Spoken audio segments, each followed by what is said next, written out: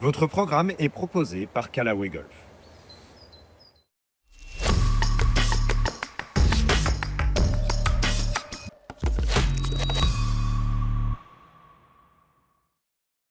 Bonjour, bienvenue dans la Fan Zone Evian, disponible sur Journal du Golf TV et également sur l'équipe.fr en podcast.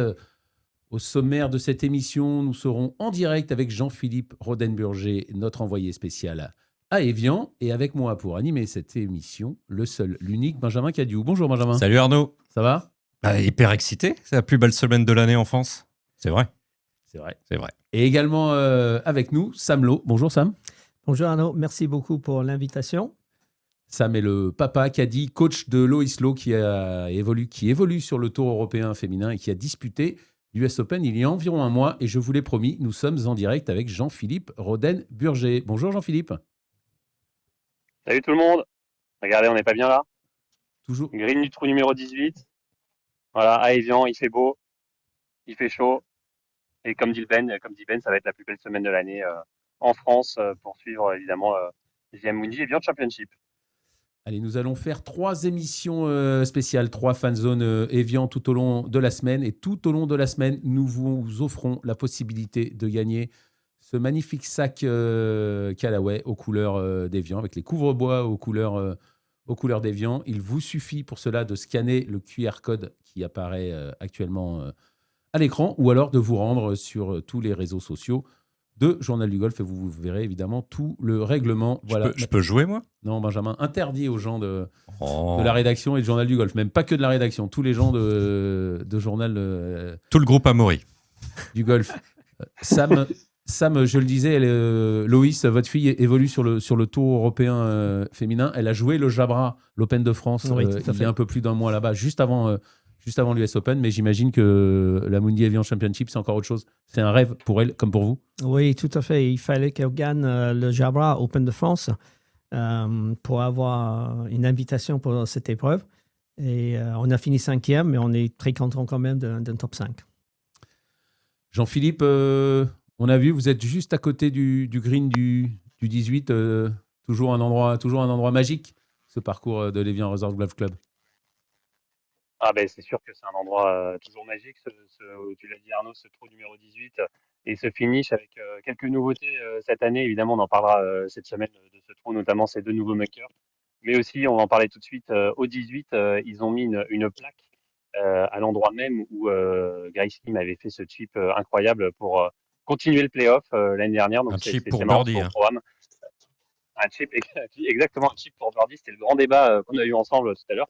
Un chip pour birdie, il s'était mis dans l'eau et puis voilà, toute pénalité, chip dans la boîte pour voilà, forcer le playoff, enfin pour continuer le playoff plutôt. Et c'est la petite attraction du programme. Et ils ont mis une petite plaque au niveau de l'arbre et voilà, toutes les équipes de programme tentent ce chip à cet endroit-là. Il y a eu quelques trous déjà boités. Donc voilà, c'est assez sympa. C'est la petite nouveauté sur ce tour numéro 18, en tout cas du côté du green. Et sinon, évidemment, il y a ces 2 bunkers, mais ça, on verra cette semaine avec notamment Pauline Rossin-Bouchard. Benjamin, apparemment, il y a une vidéo qui a été tournée par le LED qu'on va essayer de se procurer. Sinon, elle est sur le YouTube du LET. Il y a 5-6 joueuses qui répètent le chip du même endroit. Et un peu comme Bubba Watson au Masters en 2012 quand il avait rentré son chip. C'est des choses australiennes. C'est des choses australiennes qui ont fait ça. C'est que des australiennes. Ouais. Ah, j'avais pas reconnu leur accent, JP. C'est ça. Sam, Loïs, donc on disait, a joué l'Open de France là-bas. Elle avait déjà joué une fois. Vous êtes, on l'a dit, vous êtes professionnel au golf de Marivaux. Comment vous trouvez ce parcours d'Evian ? Qu'est-ce qui vous marque sur ce parcours de The Amundi Evian Championship ? La première chose, c'est très, très bien entretenu. C'est vraiment superbe. Les green roulent, ça ne sautille pas. Les roughs sont quand même entretenus, même si le rough est assez profond. Et c'est un vrai parcours de championnat. Il faut vraiment jouer au golf pour shooter sous le pas. Benjamin, vous l'avez joué en programme. Vas-y Jean-Philippe, c'était sur place. Donc, non, mais si je peux évidemment préciser sur les greens, évidemment l'entretien pour le Jabra est excellent, mais évidemment pour The Amundi Evian Championship, on met les bouchées doubles c'est encore plus, on va dire manucuré, et voilà, on a vu le greenkeeper Adrien ces derniers jours et il nous racontait voilà qu'il mettait la vitesse des greens environ à 3,6 mètres. Pour se rendre compte, Augusta au Master c'est 4,2. Donc c'est des greens qui sont quand même assez rapides. Et surtout, ce qui nous a frappé quand on a vu quelques parties, c'est surtout la fermeté des greens. Où voilà, déjà dès lundi, on entendait ce fameux bruit, bim, un peu de tambour. Et, voilà. Et en plus là, ça risque d'être encore plus ferme. Il fait chaud. Et il fait chaud, il n'y a pas d'air. Donc voilà, donc ça risque d'être un beau spectacle. Oui, Benjamin, je disais, vous avez joué le programme, vous y étiez il y a 2 ans, ce parcours de Ouais. Evian, il vous inspire quoi? Bah, il inspire que les greens, c'est une vraie torture. C'est-à-dire que JP parlait de green à 3,60 m. Je pense que l'équipe de Mathieu, c'est plus Mathieu Camison qui chapeaute tout ça, mais encore. Si, c'est toujours Mathieu. Voilà, qui chapeaute tout ça. Mathieu Camison est toujours là. Ouais, il pourrait pousser les greens bien plus rapide que ça, mais il y a tellement de pentes, et je parle sur le contrôle de Sam qui l'a vu au Jabra, il y a tellement de pentes qu'on ne peut pas pousser les greens trop fort, sinon les balles ne tiendraient même pas sur les greens. Je crois qu'il y a un trou, c'est le par 3 en descente, c'est le 14, je crois, où on peut se retrouver à aller 4-5 mètres du trou et avec un putt complètement intenable. Moi, j'avais putté, je sais plus, à ça. 5 mètres, et le caddie de Lorraine Coughlin qui m'avait dit non mais de toute façon ton putt cherche pas, tu le mettras pas à moins de 5 mètres. J'avais rigolé, bah oui, mon putt est sorti du green. Donc tout ça pour dire que les greens c'est une vraie torture, et je crois que c'est là où tout se joue, Sam. Globalement, du tee au green, les joueuses peuvent s'en sortir malgré les pentes, mais alors sur les greens c'est... Ouais, c'est surtout sur les greens parce que justement le trou dont vous parlez, cette par 3, si jamais vous êtes de mauvais côté, c'est fini. Le 3 putts, c'est quasiment assuré. Nous, au Jabra, on avait déjà des greens à 3,5, 3,6. Ils étaient déjà fermes et les attaques de greens étaient déjà difficiles. Jean-Philippe, vous en avez un peu parlé. Benjamin, je sais que Vas-y. Non, je dis Benjamin, je sais que tu adores les chiffres et surtout les chiffres au niveau des greens. On a demandé au greenkeeper au niveau de la fermeté, on va dire que le reste de l'année, c'est 18% d'humidité. Là, on parle aux spécialistes du greenkeeping. Là, il la baisse à 15% d'humidité, ce qui fait que voilà, c'est de plus en plus ferme. Et un peu tambour, comme tu as pour dit. que ce soit homogène. Exactement, et pour que ce soit bien homogène, voilà, ils arrosent à la main, c'est-à-dire qu'ils vont mettre un petit appareil pour mesurer l'hydrométrie dans le green et ils vont arroser à la main pour que la zone pour que tout le green soit homogène et qu'il ait la même humidité partout. Donc c'est vraiment, et voilà, je crois qu'il y a plus de 70 jardiniers qui sont présents cette semaine. Voilà, des équipes qui bossent comme des malades pour avoir un écrin et un parcours fabuleux et qui est déjà fabuleux avec toutes les vues. Je le redis, pour ceux qui nous écoutent sur le podcast de l'équipe.fr, allez nous regarder sur Journal du Golf TV, sur Orange, Free, Bouygues ou SFR, ou évidemment sur l'équipe.fr dans la partie vidéo. Les images, les images d'Evian sont absolument magnifiques. Oui, Jean-Philippe. Ouais, Arnaud, je te coupe parce que je vous propose de faire un petit tour du parcours d'Evian, justement. On a la chance d'être dehors, il fait hyper beau. Il y a quelques modifications, notamment sur le trou 5, sur le trou 18. Est-ce que vous voulez aller voir de plus près, qu'on vous montre de plus près, évidemment, tous ces changements? Bien sûr. Une petite surprise. Bien sûr. On est d'accord. Allez, là, on vous retrouve tout à l'heure. On va Jean-Philippe, juste avant, 5 et on a peut-être... Juste avant, oui. Jean-Philippe, un point météo, comme partout en France, canicule, pas d'orage, ça va pas bouger jusqu'à dimanche?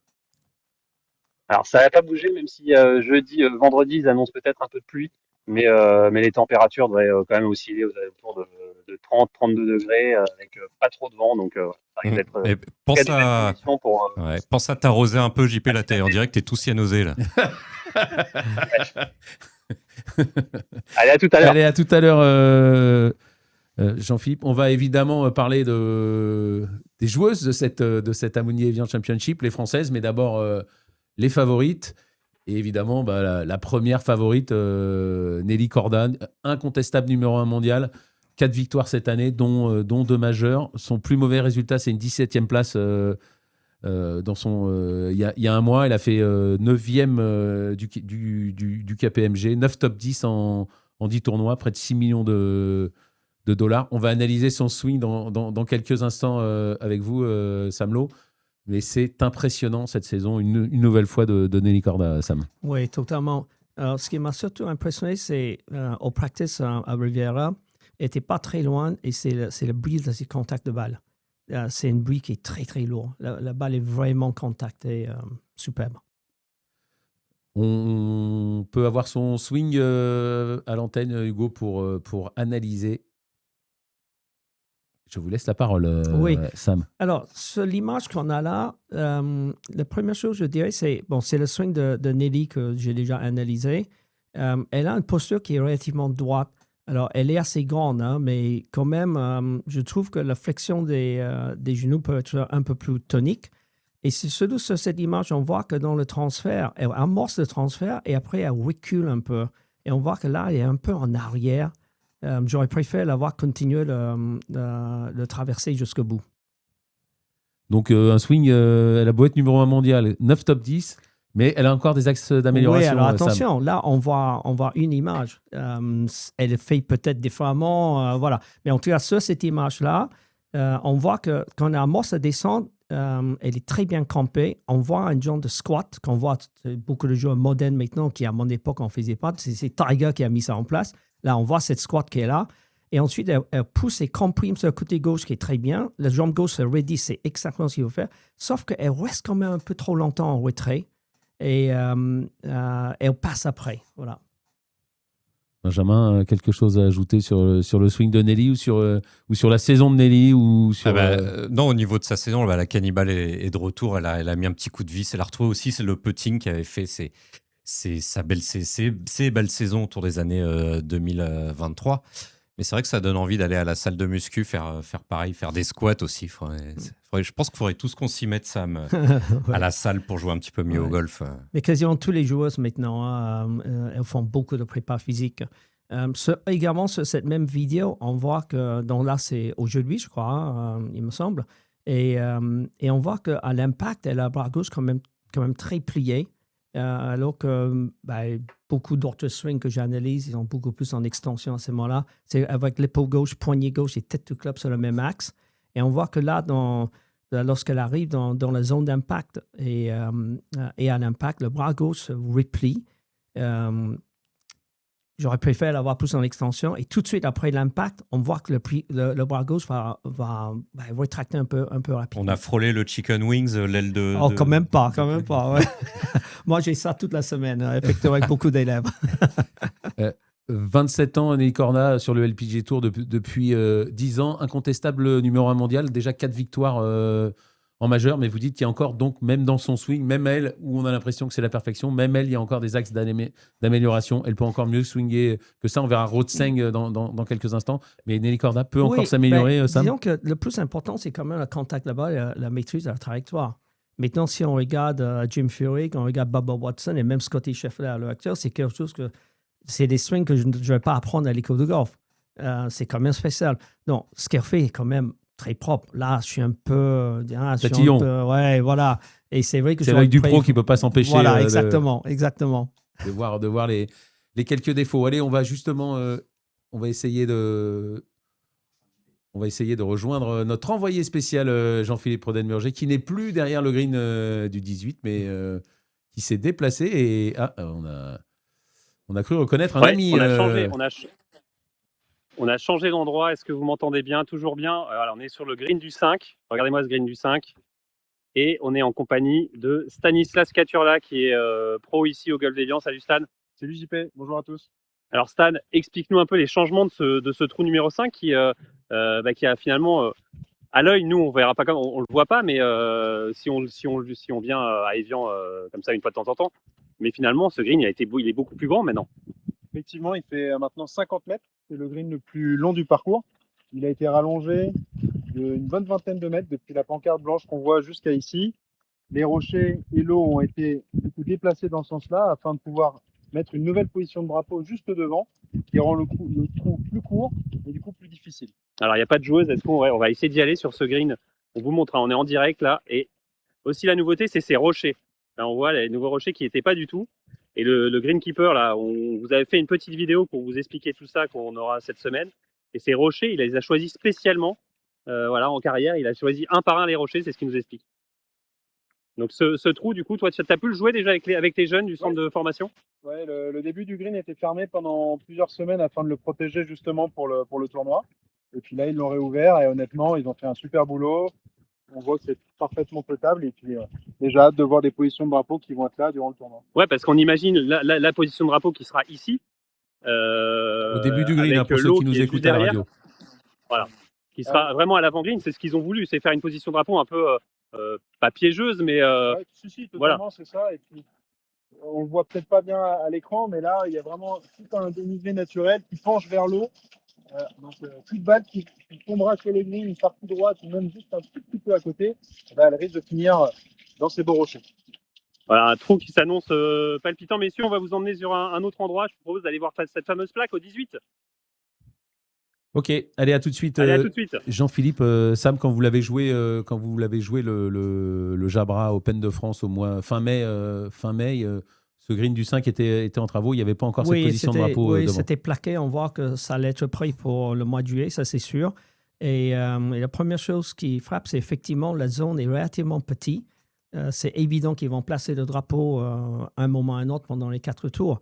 Alors maintenant, il faut quand même savoir, pendant le Jabra, il expérimentait sur les distances. On jouait sur les distances très longues et probablement l'Evian Masters, ça sera pareil. Et quand il plaçait le drapeau au fond de cette green, donc les distances vraiment le plus longues, on jouait fait 6. Hein. Ça veut dire que si le drapeau est placé devant, les filles vont avoir fait un 9 ou un wedge. Donc même si c'est une petite zone, ça reste quand même jouable. Ça va pas être si difficile que ça. Ouais, c'est qu'il faut surtout être précis. Dans cette zone-là, on voyait sur l'image, c'est pas très, très grande. Maintenant, si on a un wedge pour les plus longs et faire 9, je ne vois même pas de faire 8 s'il n'a pas de vent. S'il n'y a pas de vent, nous, on n'avait pas de vent et faire 6, c'était limite trop long pour le fond. Et là, on vient d'expliquer, il fait 50 mètres. Moi, je l'estime à 50-60 mètres, la grande de cette grille. Ça veut dire que on a quoi comme club pour attaquer un drapeau qui est placé à l'entrée de green? Ça va être un fair 9 ou pitching wedge pour les plus longs. Allez, on vous avait parlé du swing de Rosseng. Après l'analyse de Nelly Corda, Sam va nous comparer le swing de cette joueuse qui est arrivée sur le LPGA en 2023, qui a gagné son premier tournoi chez les professionnels. Depuis, c'est un peu, elle est aux alentours de la 80e place mondiale. C'est un peu moins fort pour Rosseng, qu'on annonçait comme la nouvelle. Il y a eu des petits soucis au dos, je crois, Rosseng. Oui, de physique, oui. Mais c'est vrai que, sur le LPGA, la concurrence est très, très forte.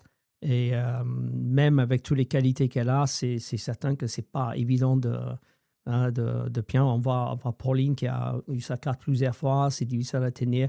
Bon, maintenant, au niveau swing, c'est vraiment top. Hein. Là, ce qu'on voit là, si on compare, alors, on est sur une seule image et on a la même chose dans la descente. On a cette transfert de masse sur le côté gauche. Elle comprime sur la jambe gauche comme Nelly. Elle va pousser sur la jambe, sauf qu'elle continue la rotation jusqu'au bout. Et on voit que lorsqu'elle va traverser, elle fait une vraie traversée à l'impact. Et puis, elle continue à tourner. Elle déroute autant côté gauche que je trouve que sur l'image qu'on avait de Nelly, elle faisait un peu moins. Voilà. Évidemment, on ne la placera pas parmi les favorites de ce tournoi, mais en golf, sait-on jamais. Il faudra plutôt aller chercher du côté des Coréennes, Aeran Ryu, qui vient de gagner le KPMG, qui est 7e mondial, ou encore évidemment Yo Joo Kim, la 3e mondiale, 2e du ranking américain. C'est plutôt du côté des Coréennes, ou pourquoi pas des Anglaises. Enfin, une victoire de Charlie Hull, ça nous ferait plaisir. On peut regarder aussi Leona Maguire, qui a 4 top 15 en 5 sorties Evian, parce qu'évidemment, Evian, c'est comme Augusta, c'est le Masters féminin, c'est le seul majeur où les filles reviennent chaque année sur le même parcours.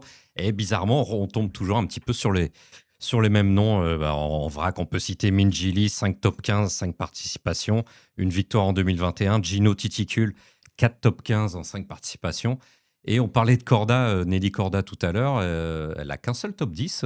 C'était une 8e place en 2021. Donc, pas forcément hyper à l'aise sur les greens pentus d'Evian. Donc, toujours ce petit côté spécifique d'Evian qui est le seul rendez-vous à ne pas tourner sur les majeurs. Et donc, on retrouve un peu toujours les mêmes noms et pas forcément sur Nelly Corda. Pourquoi pas Lottie Wood? Alors, 4e mondial, pardon, je vais y arriver, et 3e l'année dernière alors qu'elle était encore amateur. Et Rosseng, justement, j'ai regardé, elle a fait quand même 9e pour sa première participation. Ça peut être une belle cote. Elle avait fait deux cuts, enfin elle est passée 2 fois le cut en étant amateur avant son passage pro. Elle n'a jamais raté le cut à Evian, donc Pourquoi pas Moi, je mets en grosse cote, peut-être pas pour la victoire, allez, pourquoi pas une belle 5-6e place. Hélène Briem, que tu connais, Sam, puisqu'elle a gagné à Évian fin mai, c'était au Jabra, c'est une joueuse qui a 20 ans, 1m92, hein, l'allemande, Ouais. passe pas inaperçue, mais surtout qui joue très très bien en France, donc notamment au Jabra sur le parcours d'Évian, mais aussi à l'Open de France où elle a terminé 2e l'an dernier. Elle joue toujours bien en France et particulièrement sur ce parcours, et on le sait, c'est tellement spécifique Évian que pourquoi pas pour un petit top 5, top 6, la joueuse allemande. Ouais, Gino Titicul, tu disais qu'il avait fait pas mal de bons résultats à Évian et qui est surtout deuxième mondial, qui était l'incontestable numéro 1 mondial avant que Nelly Corda refasse parler d'elle et triomphe à nouveau cette année. Seul problème pour Gino Titicul, elle avait encore perdu de justesse l'année dernière. Crème renversée. Et, voilà, et puis elle n'a toujours pas gagné en majeur, donc on l'avait vu l'année dernière un peu cracouiller sur la fin. Donc voilà, faudrait qu'elle arrive à vaincre une fois le signe indien pour y arriver. Sam a une favorite ou Moi, je dirais que Titicul, c'est celle que je préfère. Parce qu'elle a une capacité de putter absolument incroyable. Sur ces greens-là, comme dit Benjamin, qui a beaucoup de pente avec la vitesse, c'est un arme redoutable. Tu en as parlé, Benjamin, de ce parcours spécifique où il faut être en confiance et où les résultats passés comptent. On a évidemment Céline Boutier, vainqueur en 2023 là-bas, et qui s'est imposée il y a un mois sur le circuit américain. Si on ne la classe pas parmi les favorites, en tout cas, il ne faut pas l'oublier au moment où va débuter cette on est obligé de la mettre dans le mix, au moins pour le top 10. Elle connaît le parcours par cœur. Et comme tu as dit, Arnaud, elle s'est imposée. Et c'est tellement spécifique. Là, je revois le lac et ça me fait penser à ça. C'est que je reviens sur ces greens diaboliques. C'est que vous avez les pentes des greens et vous avez le lac qui est en contrebas, qui est 450 mètres. C'est précis, ça, dis donc. Je l'avais jamais entendu. J'ai potassé, j'ai Wikipédia sur le téléphone. Non, on est en altitude et donc les balles ont tendance de redescendre naturellement vers le bas, donc vers le lac. Et ça, Sam, faut en tenir compte. Des fois, on a une pente droite-gauche, mais vous avez le lac dans l'autre sens. Oui, exactement. C'est assez difficile à lire ces pentes. Bon, il a des pentes très flagrantes et puis il a des tout petites pentes. Et on a l'impression que c'est une droite-gauche et finalement, c'est gauche-droite. Ça peut rendre complètement dingue. Ouais. Enfin, le peu d'expérience qu'on a sur ce parcours-là, c'est qu'effectivement, on peut se retrouver avec des potes qu'on croit donnés et qui le sont encore moins que d'habitude. Et là, il faut vraiment rester très zen. Et on sait que je crois savoir, Arnaud, pour en parler en off avec certaines joueuses et qui a dit c'est pas le parcours le plus franc de l'année, on va dire, le plus apprécié. C'est le plus bel endroit de l'année, c'est l'une des meilleures dotations, c'est un majeur, mais c'est un parcours quand même très particulier qui peut agacer certaines joueuses. Sam, Céline Boutier, vous l'avez croisée lors de l'US Open? Oui, mais malheureusement très, très rapidement parce qu'elle était sur le putting green, elle travaillait avec son coach. Donc, on ne voulait pas la déranger, on l'a saluée parce qu'on ne la connaît pas. Louis s'est présentée parce qu'elle est française, il n'y avait que 2 Françaises à l'US Open. Donc, on a juste dit un petit bonjour.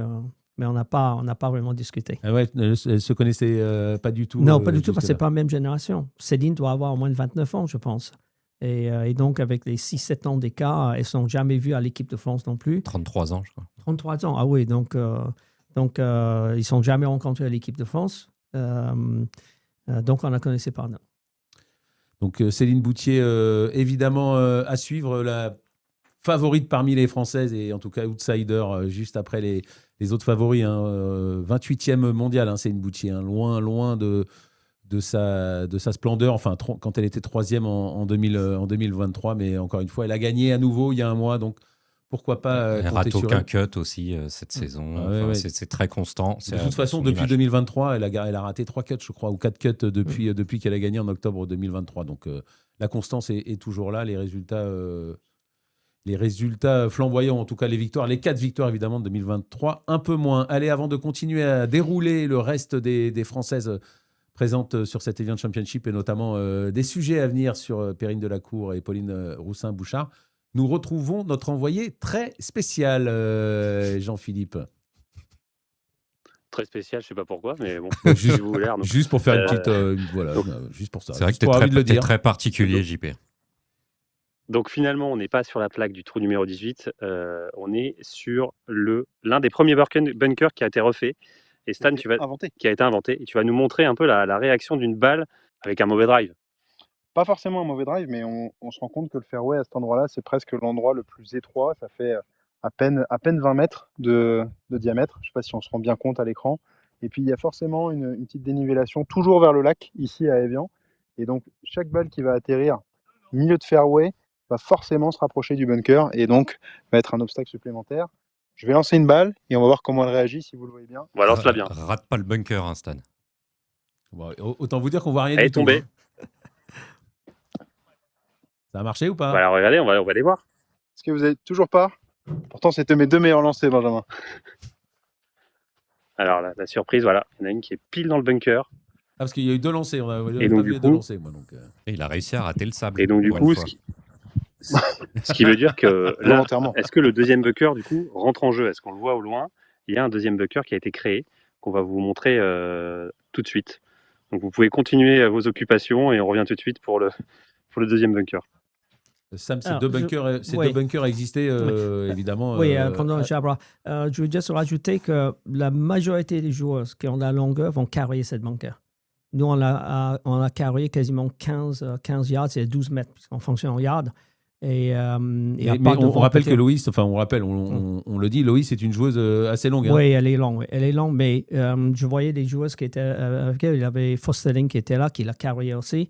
Alors, cette bunker, ça sera peut-être pour celles qui ont une portée de balle, un drive un petit peu plus court, je dirais 15 à 20 mètres plus court, et cette bunker devient vraiment en jeu. Par contre, la plupart des joueurs de LPG que je vois qui est sur la liste, cette première bunker, sauf si la balle est mal touchée, s'il est touché correctement, ils vont le carrier. Oui, mais c'est justement ça. C'est un peu sous pression. Ouais. C'est là qu'on peut un peu Ouais. moins bien la toucher, faire un petit peu en fade ou en slice ouais, exactement. et mettre le. Exactement. Et mettre Je dirais bunker que en jeu. le danger de cette bunker, c'est plus au niveau optique. C'est qu'on voit cette bunker, mais bon, les joueuses ont le carnet par corps. Elles savent si elles peuvent porter ou pas. Nous, on savait qu'on pouvait le porter à chaque fois. D'ailleurs, les 3 tours, elle les a portés. Moi, je dirais la difficulté, c'est après le bunker. C'est qu'à peine à droite, comme c'était indiqué, la pente est vers la droite. Et on se trouve dans un petit rough. Il est jouable. Et quelques mètres de plus, on est dans un rough un peu plus épais. Et là le green, c'est fini. C'est un lay-up automatiquement devant l'eau. Ouais, vous nous disiez que Loïs était très bien placé, un moins 3, je crois, à ce moment-là. Ouais, à ce moment-là, au ouais. taquet 18, elle avait fait double bogey au 16, Ouais. birdie au 17, et là, il s'est posé la question de savoir si elle attaquait. Oui, donc comme je n'étais pas sur le sac, j'étais en train de me dire qu'est-ce qu'elle décide de faire, parce qu'un moins 3 quand même au Jabra Open de France, c'est quand même sympa. Et non, c'est un attaquante. Elle est quand même cherchée malgré le petit rough. Il lui restait 162, 163 mètres. Elle me dit qu'elle a joué une fair 6 sur le côté gauche du green. Elle est sortie un tout petit peu, elle fait chip putt derrière, mais elle a pas hésité d'aller le chercher. Dans cette première bande de rough, c'est jouable. Voilà. C'est dans la deuxième bande qui est là, c'est plus à peine de chercher. En tout cas, Benjamin, c'est sûr que un par 5 pour finir un tournoi, on l'a vu encore une fois l'année dernière avec ce chip rentré ou avec les Eagles. C'est vraiment hyper spectaculaire Ouais, comme mais 18e trou. Ça reste un 18 de majeur. Il faut remettre ça dans le contexte. C'est pas un trou au milieu du parcours. Donc je trouve ça bien de le rendre un petit peu plus challenging et de pénaliser un peu plus les bons coups, puisque non seulement c'est le dernier trou du tournoi, mais en plus c'est un tournoi majeur où on est censé identifier la meilleure joueuse, en l'occurrence la meilleure joueuse. Donc pour moi, ça va vraiment dans le bon sens de gommer petit à petit, peut-être pas ses faiblesses d'Evian, mais c'est vrai que d'année en année, depuis 94, le parcours s'est vraiment radicalisé, c'est vraiment transformé. On l'a vu avec le 5, qui n'était pas un trou faible par le passé, mais là, on a rajouté l'obstacle d'eau qui est davantage en jeu. On le rallonge un petit peu, on le rend un petit peu plus stratégique. Et le 18, en le rendant plus dur, on peut peut-être éviter de rendre l'eagle, entre guillemets, en exagérant un peu, trop facile. Je pense que la succession d'eagle l'année dernière au 18, est-ce que c'est ce qu'on attend d'un tournoi majeur pour finir? C'est une question que je pose, je ne l'affirme pas. Bah, disons que si ça permet quand même de revenir, si quelqu'un n'arrive pas à faire le birdie, ça met du suspense jusqu'au bout.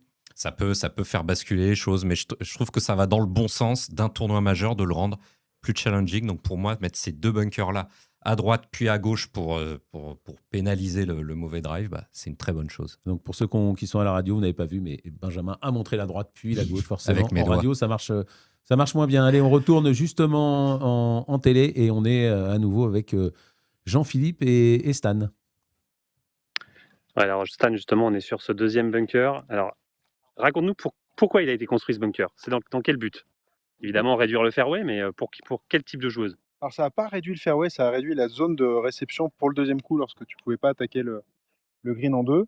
Et effectivement, on pouvait avant se rapprocher un peu plus facilement de la partie gauche. C'était la partie un peu safe, on va dire, puisqu'il y a de l'eau à droite. Et maintenant, effectivement, ce bunker-là, on n'a pas trop envie d'y aller, même si la lèvre n'est pas trop importante, mais des coups à 80, 90, 100 mètres du drapeau, c'est jamais les meilleurs au golf, on n'est pas très à l'aise. Et donc, en fait, ça nous permet d'avoir une solution du coup moins offensive qu'avant, puisque on peut davantage mettre l'eau en jeu. Ça a été fait dans ce but-là, de mettre un petit peu plus de panache, comme le Arnaud et Benjamin le disaient, sur un trou numéro 18, pour du coup se rapprocher de l'eau. Et peut-être que certaines joueuses cette semaine vont se faire piéger en voulant se rapprocher un petit peu plus, éviter ce côté gauche. Pimenter le finish, finalement. Exactement, mettre un petit peu de popcorn. Et d'ailleurs, Arnaud et tous ceux qui nous écoutent, les joueuses ont abondé dans ce sens. Elles sont très contentes de ces changements, même si ça, évidemment, elles trouvent que ça va rendre ce tour un petit peu plus dur. Mais il faut ce challenge, il faut ce petit piment pour rendre un tournoi majeur.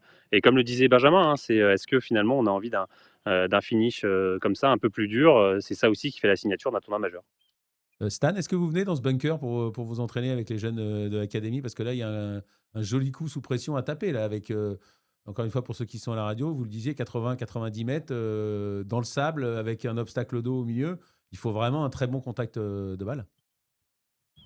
Ouais, bon, y a même pas besoin d'être en tournoi pour que ce soit un shot sous pression. Et non, on n'est pas venu ici parce que tout simplement, ils l'ont beaucoup préservé, ce bunker. Ils ont voulu qu'il soit absolument impeccable pour le tournoi, donc on n'est pas venu encore trop là.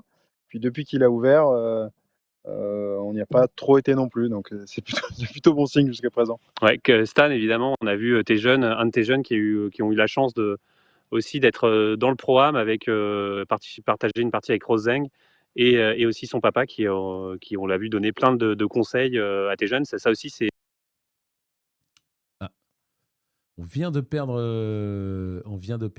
Jean-Philippe. On va On le a eu retrouver dans quelques l'essentiel. instants. On a Ouais. eu Non, mais l'essentiel, on n'a pas eu les- juste pour compléter, Arnaud, c'est vrai que ça va rendre le trou plus dur tout en gardant les eagles possibles pour les très bons coups. Donc pour moi, voilà, c'est faire. Ça peut faire quelque chose de climatique, vraiment, hein, le climax avec, pourquoi pas un eagle. Mais là, on va peut-être pouvoir voir un peu plus de bogey et double et ça pourrait faire un fort shot swing, c'est-à-dire un écart de 4 coups sur un seul trou, pourquoi pas. Oui, Encore plus concernant simple, plus simple. cette banquette, Stan a absolument raison. Nous, pendant le record, on hésitait. Si on fait une layup, est-ce qu'on joue après la banquette? Et dans ce cas-là, on se rapproche de l'eau avec une pente qui est vers l'eau. La zone est plus petite, mais ça laissera un petit coup de sandwich. Ou bien on joue avant le banquette, et dans ce cas-là, il va rester à peu près 110, 120. C'est toujours une wedge, mais c'est un peu plus long quand même. Parce que la zone ne pas tomber, c'est la zone de cette banquette. Parce qu'à peine que la joueuse va prendre un peu plus de save vers la gauche, puisque le fairway pente vers la droite. Et se prendre cette banquette, c'est pas une bonne idée, surtout sous pression, un quatrième tour, 95 mètres, banquette. On n'a pas envie de le jouer. Allez, on continue. On a retrouvé Jean-Philippe. ouais, on a eu un petit problème de téléphone là, téléphone qui surchauffe. Il fait trop chaud à Evian, il fait trop chaud, Stan. Ouais, ça va être de pire en pire, je pense, toute la semaine. Ça va être un bon test, effectivement. Redis-nous un peu justement l'expérience qu'a eu tes jeunes pendant ce programme et notamment avec Rose Zeng. Écoute, fantastique. Il y a Mathieu Camison qui nous a gentiment appelé lundi en disant qu'il y avait eu deux places pour le programme qui s'étaient libérées et qu'on pouvait en faire profiter 2 jeunes du programme performance. Ça a été une super bonne nouvelle et puis aussi un cadeau empoisonné parce que choisir parmi 13 jeunes, c'était pas simple. Donc on a essayé de faire ça au tirage au sort. Et donc c'est Lohan Petrocelli, le fils d'Adrien, le Gamekeeper. gamekeeper, qui a été tiré au sort, et puis Elliot Verne, qui est également un jeune du programme performance, qui ont eu la chance de partager la partie de Rose Zeng. Et puis on avait mis aussi 2 caddies du programme perf avec eux, donc c'était 4 copains qui ont partagé une partie avec une des meilleures joueuses mondiales. Je pense que ça va leur servir pour plus tard et puis surtout leur donner des souvenirs à vie. Ouais, et surtout, on a vu le papa de Rose Zeng donner plein de Ultra conseils, présent. donner plein de Trop conseils sympa, à. trop cool à intervenir tout de suite sans que les jeunes demandent quoi que ce soit. Forcément, l'anglais, Elliot étant un peu plus âgé, c'était un peu plus facile que Lohan, mais tout de suite intervenu avec Elliot pour lui parler un peu technique et faire des petits changements dans son swing que Elliot a beaucoup, beaucoup apprécié et assez chouette. Et pour la petite anecdote, c'était assez sympa parce que donc, le papa de Rose Zhang leur a donné des petits tips, des petits conseils pour le swing sur lesquels on travaille avec. T'avais avec pensé à les ces lettres. conseils déjà Ouais, c'est ceux sur quoi on travaille, donc ça veut D'accord. dire que c'était dans le bon sens, c'était plutôt sympa.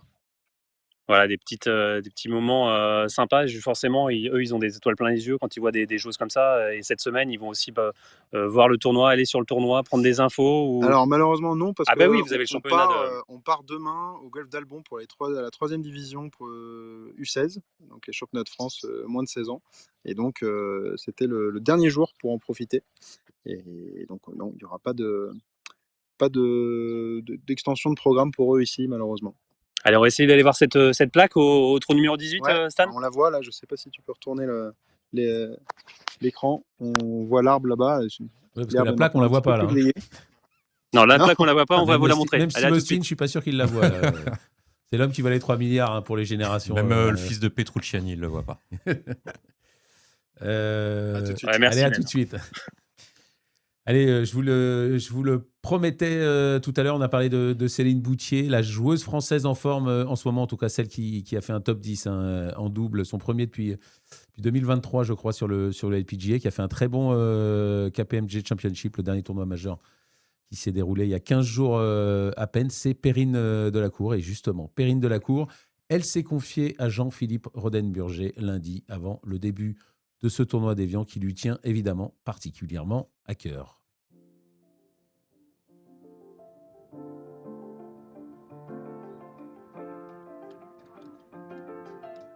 Est-ce qu'on y prend goût de revenir ici au fil des ans? Est-ce que c'est un endroit que... Ouais, on va dire oui. Oui, parce que le parcours est quand même très beau, les vues sont magnifiques. Donc d'année en année, on commence à y prendre goût et on met un peu en stop favori sur le calendrier.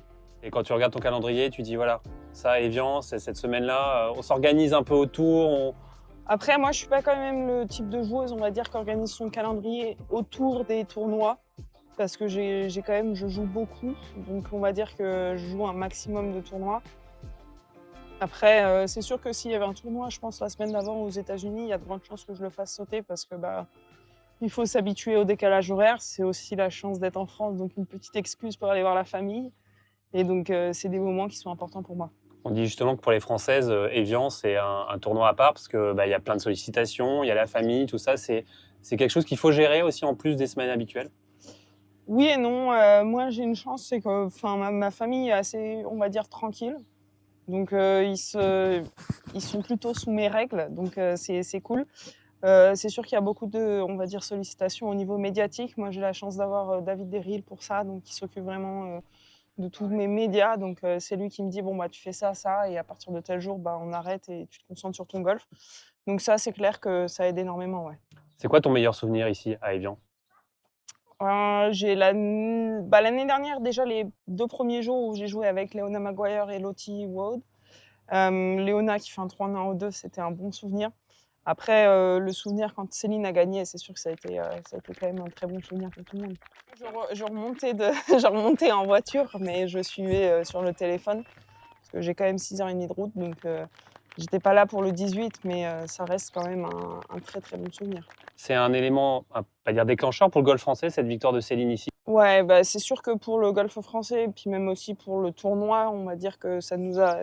on a eu la chance aussi encore de plus d'avoir du soutien de Franck sur le golf français et sur les filles. Grâce à la victoire de Céline? Il a toujours voulu aider les filles. Après, là, vu que Franck Ribou l'Évian Resort vient de prendre l'Open de France, c'est sûr que ça a beaucoup aidé, ouais.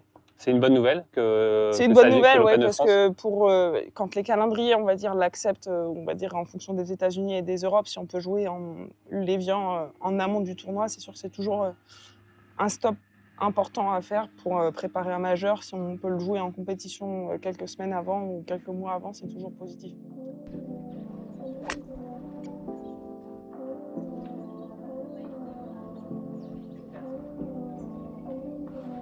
L'année dernière, tu finis 21e, c'est ton meilleur résultat à Évian. on va dire tout simplement pourquoi ça s'est bien passé. C'est un parcours que tu as appris à dompter. C'est un parcours que j'ai appris à dompter. J'ai eu la chance avec mon équipe, avec Robin Koch, qui m'a beaucoup appris sur Decade. Et je me suis rendu compte au fur et à mesure des années que c'est un parcours qu'il faut vraiment respecter au niveau de la stratégie. Sur Decade, c'est quoi Decade? Decade, c'est on va dire de jouer en évitant de faire des bogeys. Et donc du coup de bien respecter ses zones de jeu. Et donc du coup ça m'a beaucoup aidé là-dessus. Et c'est clair que sur l'année dernière, c'est clairement ça qui a fait que j'étais bien. Et j'ai aussi fait une très bonne fin de tournoi en faisant beaucoup de birdies sur les quelques derniers trous. Comment on se sent quand on est bien et quand on est bien sur un tournoi majeur et sur un tournoi comme ici à Evian? Il n'y a rien qui se passe. Enfin, mentalement, on n'a que des green lights. Tout semble facile à voir, visualiser et tout semble bien aller ensemble, les planètes s'alignent. Après, on cherche tout ça, mais c'est pas tout le temps possible. Ce qu'on peut contrôler, c'est nos process, et si nos process sont tout le temps bons, bah, c'est clair que ça, déjà, on va pouvoir aller de l'avant, quoi. C'est rare dans le golf, cette sensation où toutes les planètes sont alignées finalement? J'ai eu la chance de l'avoir plusieurs fois, donc on va dire que c'est pas rare, mais c'est agréable. Après, on l'a tous à un moment donné sur un enchaînement de trous. L'avoir sur 18 trous, on l'a peut-être quelques fois dans l'année, et l'avoir sur 18 trous 4 jours de suite, c'est un peu plus compliqué, mais ça arrive, et en général, c'est des enchaînements qui font que à la fin, on a le trophée, quoi. Quels sont les endroits qui te plaisent ici à Evian? Quels sont les trous que tu as dans l'œil, que tu aimes bien Le 2 pour la vue est magnifique. Le 5 pour la vue aussi. Enfin, moi, c'est de toute façon, à partir du moment où on voit le lac, tous les vues, il n'y a pas de trou où je me dis il est pas beau, en fait. Et même quand on voit pas le lac, ils sont assez challenging, donc j'aime bien ça aussi. Les trous clés, on va dire, les passages où tu te dis là, ça va être chaud. Les trous clés, il y a l'enchaînement 4, 5, 6 qui est assez important. Après, il y a l'enchaînement 11, surtout 11, 12, 13, 14. Et puis la fin de parcours, c'est un parcours où en fait, même sur la fin, on ne peut pas se reposer parce que le 16 étant un par 3, mais assez difficile. Parce que la surface réelle de green n'est pas très importante. Et donc, il faut quand même être très précis. Et tout comme le 17 et le 18, qui était un trou, on va dire, avant, où on pouvait un peu se reposer parce qu'au tee shot, on avait un peu de place et tout. Là, avec les nouveaux bunkers à droite et à gauche, c'est plus pareil, quoi. Bon, ton pire souvenir ici, c'est quoi? Mon pire souvenir ici, ça restera l'année, ça devait être en 2022, je crois, ou 23. 22, je crois, le dernier tour de 2022 ouais. Qui a été difficile. C'était une année difficile parce que mon papa avait eu un accident de voiture et donc c'était compliqué. Et donc du coup, c'est clair que cette année-là, ce dernier tour-là a été très dur psychologiquement et d'année en année après ça, ça a été de mieux en mieux. Ça a été dur de se relever de ce oui. Tour. Il y a eu beaucoup de semaines de... Il y a eu, disons qu'il y a eu ce tour-là et peu de semaines après, il y a eu un arrêt pour santé mentale et je pense que ça a été un peu, on va dire, la continuité de tout, quoi. Quelles sont les joueuses qui t'impressionnent sur le LPGA, pardon, cette année ou même Nelly, déjà, c'est assez solide ce qu'elle fait. Anna Green, c'est très, très, très solide aussi. Après, elles sont toutes très solides. On est toutes, quand à partir du moment où on commence à jouer sur ce tour-là, on est toutes très solides et il y en a qui arrivent à tout aligner en même temps la même semaine, et ce qui fait qu'on gagne, quoi. Une Nelly Korda, on la regarde au practice ou on essaie de pas trop faire on essaie de faire abstraction justement de... On s'inspire d'elle dans sa façon d'être, dans sa façon de comment elle gère un peu tout ce qui est au niveau médiatique, toutes les demandes qu'elle a. Après, on reste un sport individuel, donc il faut aussi se concentrer sur soi. J'ai pas encore eu la chance de jouer avec elle, donc je sais pas comment c'est sur le parcours, mais je sais qu'elle a beaucoup, beaucoup de monde autour d'elle qui la suit et des spectateurs. Est-ce que tu peux nous parler un peu de comment tu te sens cette année?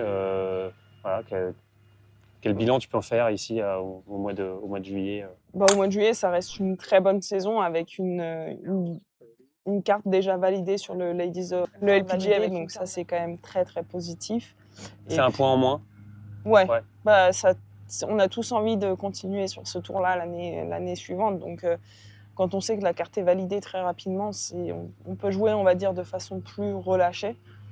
Après, c'est pour moi la première fois que je me rends compte que je l'ai validée. Donc, il faut quand même que je continue sur des bons process et sur aller chercher plus haut avec mon équipe. Et c'est ce qu'on essaye de faire un maximum. Du coup, c'est quoi l'objectif? Tu dis aller plus haut, mais Bon, on aimerait bien aller chercher un tournoi. Après c'est grandir chaque jour et on va dire être 1% better every day. C'est ce qu'on cherche le plus pour arriver à quelque chose de mieux et mieux se comprendre et mieux s'entraîner après.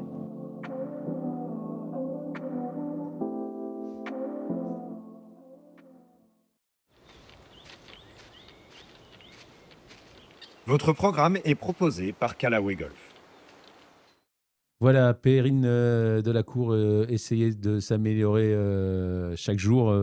Sam, c'est le secret du golf, mais particulièrement des joueurs professionnels, c'est chercher à s'améliorer, chercher la progression en permanence.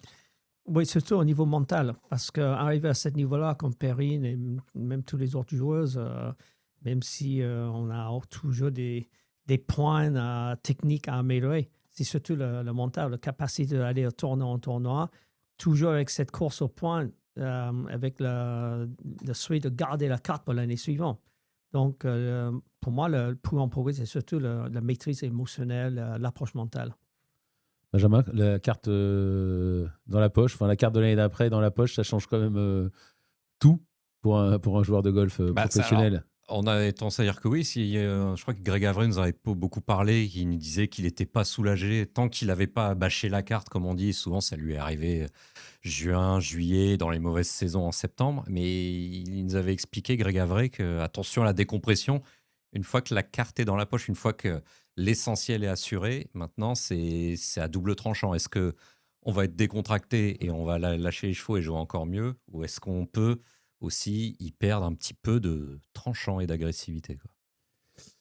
On retrouve notre envoyé spécial qui est cette fois, elle est là, la plaque. à côté de la fameuse plaque dont on parle depuis tout à l'heure. Et cette fois, on l'a trouvée. Ouais, la fameuse plaque, elle est là. Voilà, donc c'est d'ici que Grace Kim a chippé, a rentré son chip. Et voilà, c'était pour faire birdie, on l'a dit tout à l'heure. Et là, ils ont fait une petite animation, un petit tapis pour rendre le chip plus facile. Et c'est Stan qui va s'essayer. Ouais, pour faire plus facile et aussi peut-être pour pas trop abîmer le terrain parce que sinon il y aura plus d'herbe au début du tournoi. Ouais, trop abîmer le terrain, il a un peu cramé le terrain là. Oui, mais justement, si vous faites des divots, vous allez avoir du mal à faire repousser l'herbe.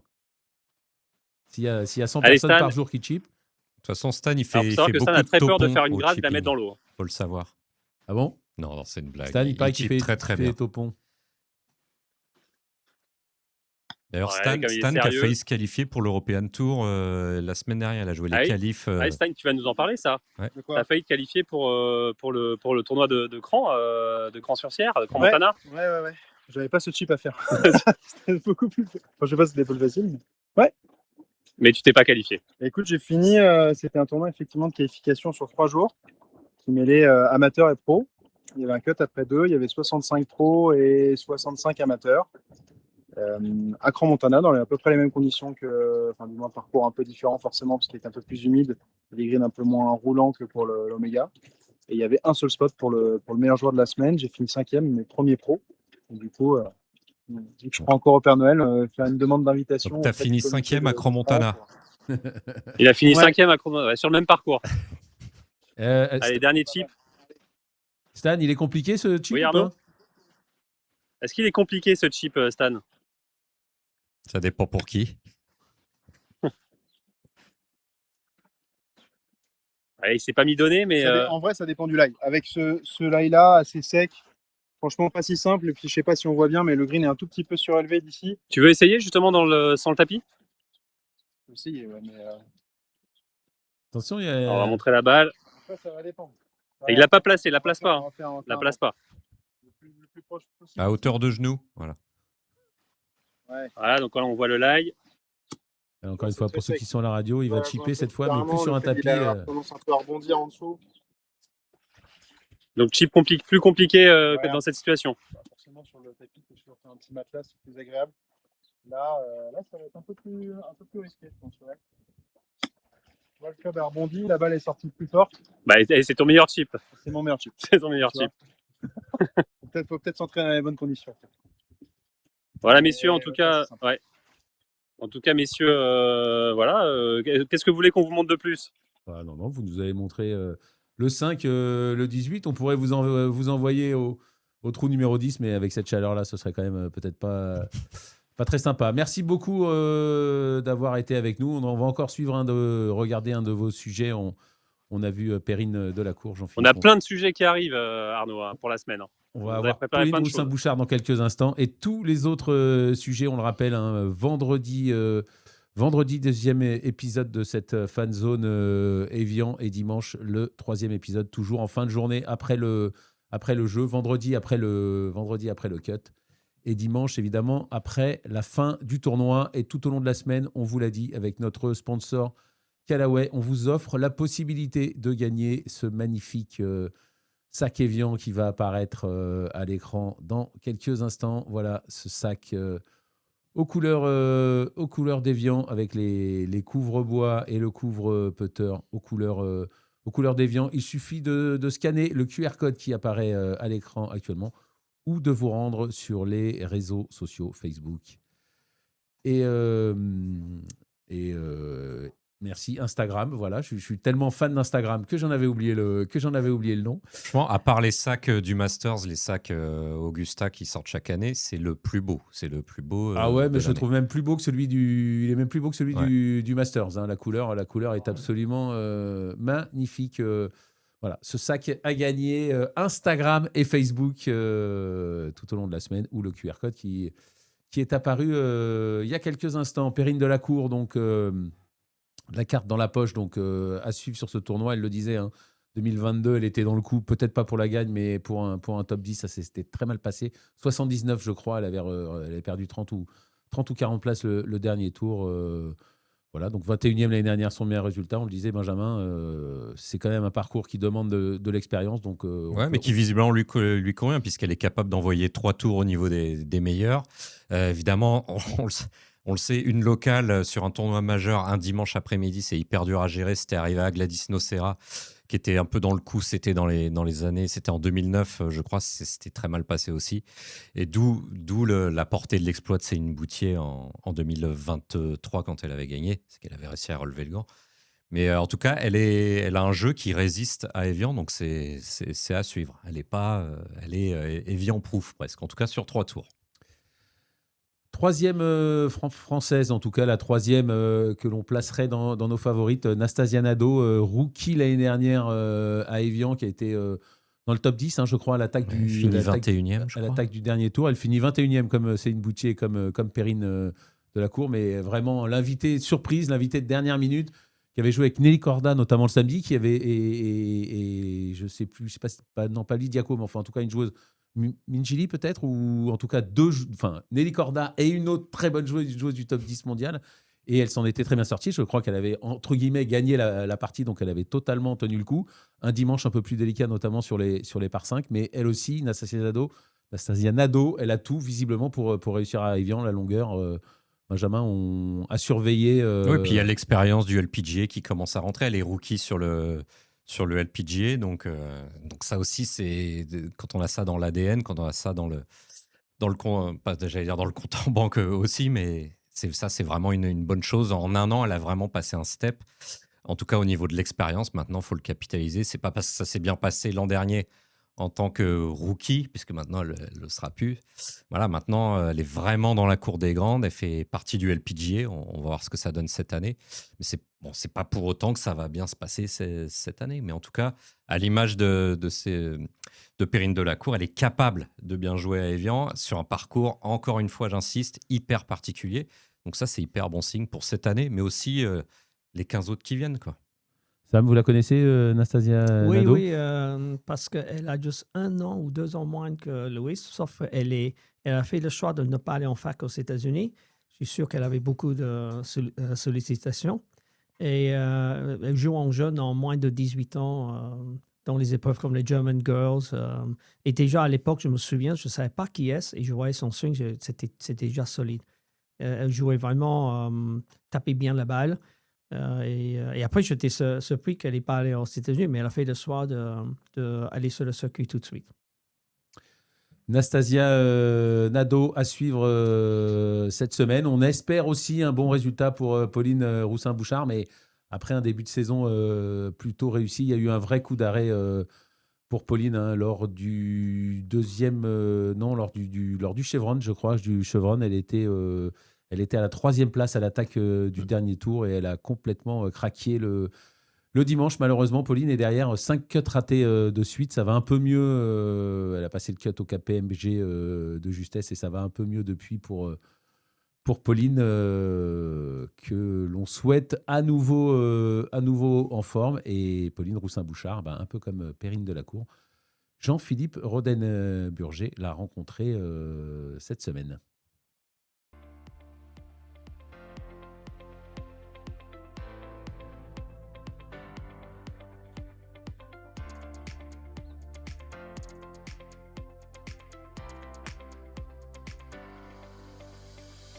Pauline, on est à Évian. Qu'est-ce que ça fait de revenir ici voilà, chaque année? On sait que c'est une semaine spéciale, pourquoi?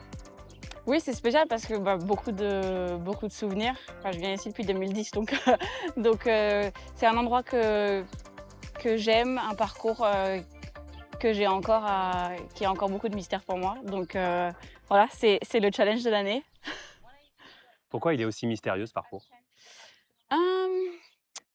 Parce que... pourquoi il est aussi mystérieux? Je dirais parce que... déjà, il y a beaucoup de souvenirs. Donc là, déjà que jouer au golf, c'est compliqué. Donc quand on voit encore plus ce qui s'est passé 15 ans, enfin les 15 dernières années, c'est encore plus compliqué. Mais je dirais aussi les bounces, la balle, comment elle rebondit, les fairways pas droits, les greens pentus. Voilà, le rough, les balles elles peuvent s'arrêter dans des pentes où il y a des lags assez particuliers. Donc voilà, quand je dis des mystères, c'est le mystère de scorer bas sur Évian. Et ça peut être une bonne journée et avoir tous les kicks qui vont du bon côté, ou être une journée où tu tapes toujours très bien la balle, mais les kicks ont décidé de ne pas aller de ton côté. C'est un parcours qu'il faut dompter, c'est ça qu'il faut vraiment ou pas forcément? Non, je pense que c'est un parcours où il faut juste passer à autre chose plus rapidement. Si la balle elle rebondit bien, tant mieux. Si elle rebondit pas bien, next. Voilà, L'important, c'est les reconnaissances ici, ou alors finalement, un jour ne va pas forcément ressembler à un autre. Évidemment, c'est un peu ça. Et puis un en golf tout cas, équivalent, quoi. après, moi, c'est un peu différent. Le parcours, je le connais par cœur. J'ai même pas besoin d'utiliser mon carnet de parcours, même pour savoir à combien je suis du green ou pour les lay-ups sur les par 5. Mais je dirais que le challenge, c'est d'avoir la mémoire la plus courte possible. Voilà. Pour oublier, et ça c'est dur, de switcher un mauvais coup, de switcher un bon coup. Enfin, C'est dans l'immédiat, oui. Et en général, c'est déjà pas facile. Mais encore plus quand la balle, là, en l'occurrence, avec des greens qui sont très pentus, les fairways pentus, les roughs, etc. On peut avoir des bounces qui sont pas forcément réguliers. Donc, mais c'est comme ça, c'est le golf qui est comme ça. Ça peut énerver? Bien sûr.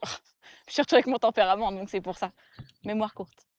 On va faire juste un mot sur ta saison. Comment tu peux la juger, ta saison sur l'LPGA cette année? Elle n'est pas finie, je ne jugerai pas. D'accord. Tu fais pas de bilan à Non. mi-saison? Non. En tout cas, comment se passe ta nouvelle vie au Texas? Ça, je peux par contre. La vie au Texas, c'est trop bien. C'est une communauté incroyable. Les gens passent leur temps dehors. Voilà, je fais beaucoup de choses à l'extérieur du golf et c'est vrai que c'est agréable d'avoir des gens qui sont hyper actifs, entre guillemets. Voilà, toi. j'adore. Comme toi, finalement. Ouais, c'est ça. On a vu, tu avais fait un trail là cette semaine. Oui, j'ai fait un trail avec ma cousine. J'ai pas encore fait le post sur Insta, mais ouais, ma cousine a gagné. Elle a mis 4 minutes à la deuxième, je crois. Et moi, j'ai fini 8e derrière, tranquillement. Important pour toi de faire ça, on disait, tu le disais, tu es une sportive avant d'être une golfeuse. Important de relâcher un peu la pression, tout ça. C'est vraiment un exutoire ou t'en as besoin de faire tous ces sports? J'en ai besoin, c'est un équilibre mental et physique. Après, c'est vrai que le golf, c'est aussi notre métier. Et comme tout métier et comme toute personne normale, on a des hobbies aussi. Et donc la course, le sport, ça fait partie des choses que j'aime faire à l'extérieur du golf.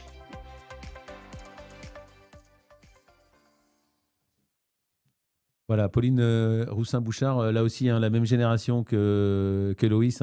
Oui, presque, Pauline oui, parce Roussin-Bouchard, que Sam. elles sont même partagées la chambre lors d'un championnat d'Europe par équipe. Et on la connaît assez bien. Bon, on ne la voit plus maintenant, bien sûr, parce qu'on n'évolue pas sur le même circuit. Mais elle est super sympa, elle est géniale, j'adore. Là, je me souviens, moi, d'une Golfers organisée à Fontainebleau où Loïs et Pauline avaient joué ensemble et avaient très bien joué ensemble. Ils ont tiré le bourg pendant 18 trous. Ils ont fini à moins 4 Loïs, moins 3 Pauline. C'était très, très bien. Voilà, 5 Françaises cette année. Hein. Il y aurait pu en avoir 6, hein, mais Valentine Delon a choisi, par amour de son drapeau et par amitié pour ses copines, d'aller défendre l'équipe de France au championnat amateur. Donc pas d'Évian, hein, grâce à sa victoire au Women's Amateur, Pauline. En revanche, elle jouera les autres majeurs, et notamment le British Open au mois d'août, pour laquelle Loïs essaiera de se qualifier. On y reviendra peut-être en fin d'émission, enfin en tout cas dans quelques instants, parce qu'on n'en est pas très loin de la fin de cette émission. Donc je le disais, 5 Françaises. Agathe Lenné, la seule joueuse qui évolue en Europe, mais les 7 meilleures joueuses du Tour européen féminin sont qualifiées dorénavant pour l'Évian Championship. Et donc Agathe, qui fait une très très bonne saison avec notamment 2 victoires sur le Tour européen, 2e de l'ordre du mérite, et qualifiée. C'est une semaine... faut pas qu'elle gagne sa carte du LPGA, mais en tout cas c'est une semaine assez importante. On le sait qu'elle a essayé d'aller sur le LPGA, qu'elle a fait 2 fois la 2e division Lepson, 2 fois le LPGA. Jusqu'ici, elle n'a pas réussi à s'imposer. C'est une semaine importante pour elle, Benjamin. D'autant plus devant son public, ça arrive pas tout le temps, et ça va être intéressant de voir de quoi elle est capable encore une fois, au plus haut niveau mondial, sur un parcours aussi particulier. J'ai pas vu ses scores par le passé en amateur, ou si elle a joué 2 fois. Elle a joué 2 fois. Elle a joué 2 fois le Jabra. Je crois qu'elle a fait 69e. Hein. Elle a passé une fois le cut la dernière fois. Elle a joué en 2022, hein, et puis la fois d'avant, c'était 2015 ou 2017. Voilà, et elle va découvrir les standards majeurs en termes de roule de green également, et avec une pression énorme. Évidemment, on passe du LET où vous n'avez pas évidemment beaucoup de monde dans le public, à là, le public qui est là pour vous, l'une des 5 Françaises. Et c'est toujours des petits quarts d'heure qui disparaissent, parce qu'il faut signer des balles, des drapeaux, passer du temps avec le public, les amis qui viennent assister à ça. Et tout ça, c'est des petits quarts d'heure de préparation qui disparaissent. Et on sait qu'Agathe, elle aime bien avoir sa propre bulle. Donc à voir ça va être hyper intéressant de voir comment elle va réagir à ça, comment ce petit quotidien du LET va être bousculé sur ce tournoi majeur, encore une fois, en France, devant son public. Sam, vous la connaissez, Agathe? Oui, très bien, Agathe, parce qu'encore une fois, Loïs était en équipe de France, dame en championnat d'Europe par équipe avec Agathe. Et alors, c'est assez étonnant, parce que quand on la voit comme ça, on dirait qu'elle ne parle pas beaucoup. Mais quand on la connaît bien, des fois, on est dans le clubhouse, mais ça tchatche, ça rigole, ça chambre. Alors que quand on la regarde comme ça, on dirait qu'elle est presque timide, alors que pas tant que ça. Donc, et puis, elle fait une super saison, elle a gagné 2 fois déjà, et puis elle est solide. Elle a l'expérience en plus. Vous évoluez avec elle depuis quelques tournois, donc vous la voyez beaucoup plus. Oui, absolument. À chaque fois, on se dit bonjour, évidemment, parce qu'on la connaît bien depuis au moins 6-7 ans. En plus, elle était dans le fac rival du fac de Loïs. Elle était à Texas, Austin. C'est pas University of Texas, c'est les Longhorns. Et puis, le rival, c'est TCU, c'est les Horned Frogs. Donc, voilà, ils se sont côtoyés là-bas aussi.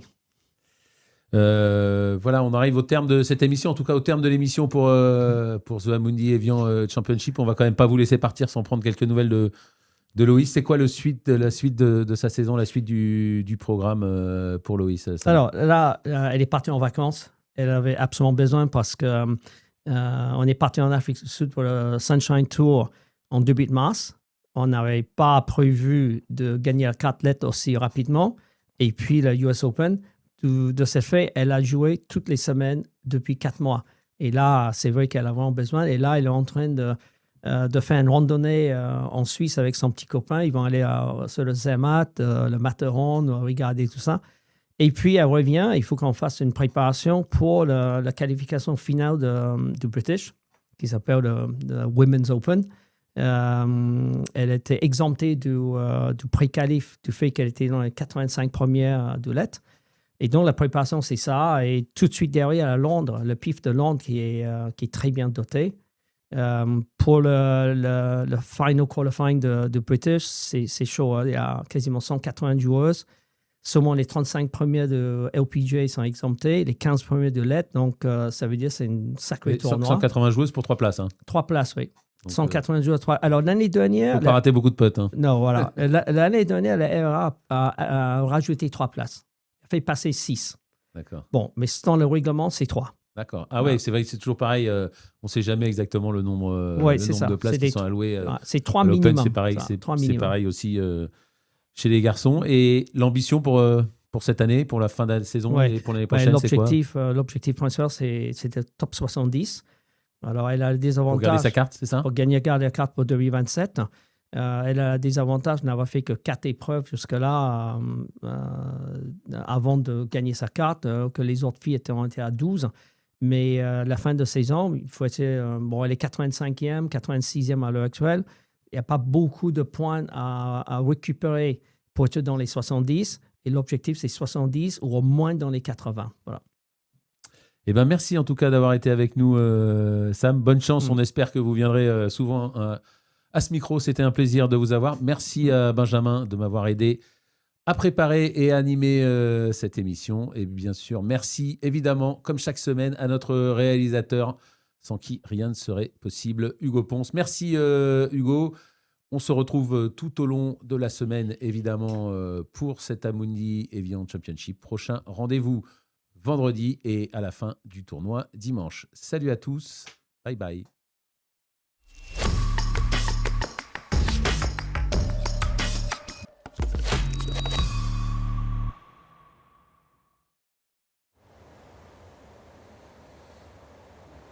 C'était votre programme proposé par Callaway Golf.